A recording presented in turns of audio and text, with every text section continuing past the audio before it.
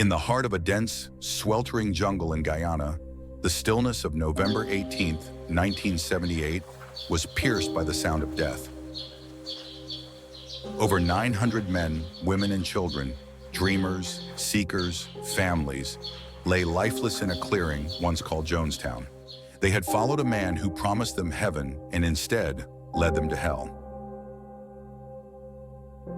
To understand Jonestown, we must first return, not to Guyana, but to America, to a time of turmoil, of civil rights marches, of cold wars and spiritual hunger. In the rubble of mistrust and inequality, people looked for meaning, for justice, for a better life. And in this vacuum, some heard the voice of Jim Jones. Born in 1931 in rural Indiana, Jim Jones was the son of a disabled World War I veteran and a devoutly religious mother. He grew up poor, isolated, a boy fascinated by power and obsessed with death. Neighbors recalled a child who held mock funerals for animals and gave sermons in barns. Even then, Jones wasn't just pretending, he was rehearsing. By the 1950s, Jim Jones had entered the pulpit. His voice, full of fire, spoke of racial equality, of a church without judgment. It was magnetic. In Indianapolis, he founded the People's Temple, a movement cloaked in Christianity but veined with socialism. People came in droves, the poor, the sick, the hopeful. He fed them, healed them, gave them purpose, but he also watched them closely.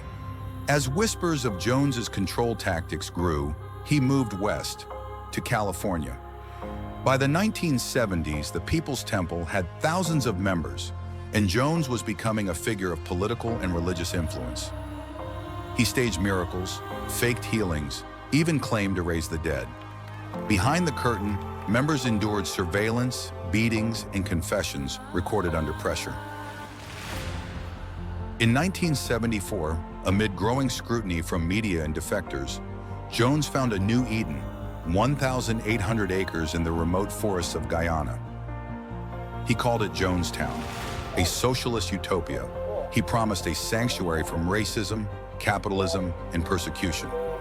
Hundreds of followers left everything behind and followed him into the jungle. At first, life seemed simple: communal farms, shared meals, prayers, laughter. But it was an illusion. The compound was under constant surveillance. Letters were censored, passports held, armed guards patrolled. Jones' voice echoed from loudspeakers day and night. He read the news, gave lectures, delivered threats. Sleep was rationed. Punishment was public. Defection was betrayal. Children were used as leverage, and the dream of freedom had become a prison. On November 17, 1978, U.S. Congressman Leo Ryan arrived in Jonestown with journalists and concerned relatives. Jones smiled, welcomed them, performed for cameras. But behind the smiles, paranoia grew. Some members secretly begged to leave. Ryan promised he would take them home, but not all would make it. As Ryan's group prepared to fly out from a nearby airstrip, Temple gunmen opened fire. Congressman Ryan, 3 journalists, and a defector were gunned down. The news was relayed to Jones, and at that moment he made his final, most horrifying decision. Jones gathered his people in the pavilion. He told them the government would come, that their children would be taken, their lives ruined. He called it revolutionary suicide.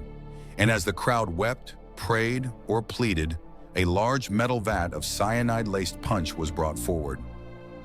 First the children drank, then the elderly, then the others. Those who refused were forced.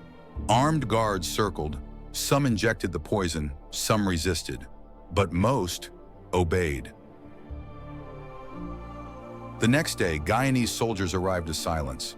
Hundreds lay sprawled on the grass in beds, arms wrapped around children. Jones lay near the pulpit, shot in the head. Beside him, a cassette tape, the final sermon. Jonestown was the largest single loss of American civilian life until 9/11. But it wasn't just about one man. It was about fear, loneliness, trust, and power. It was about people searching for something to believe in and finding it in the wrong hands. These weren't mindless sheep. They were mothers, teachers, students, dreamers, and they were betrayed. Dead men don't tell tales, but through the echoes in the jungle, the voices on tape, and the warnings etched in history, they still speak. And here, we listen, one tale at a time.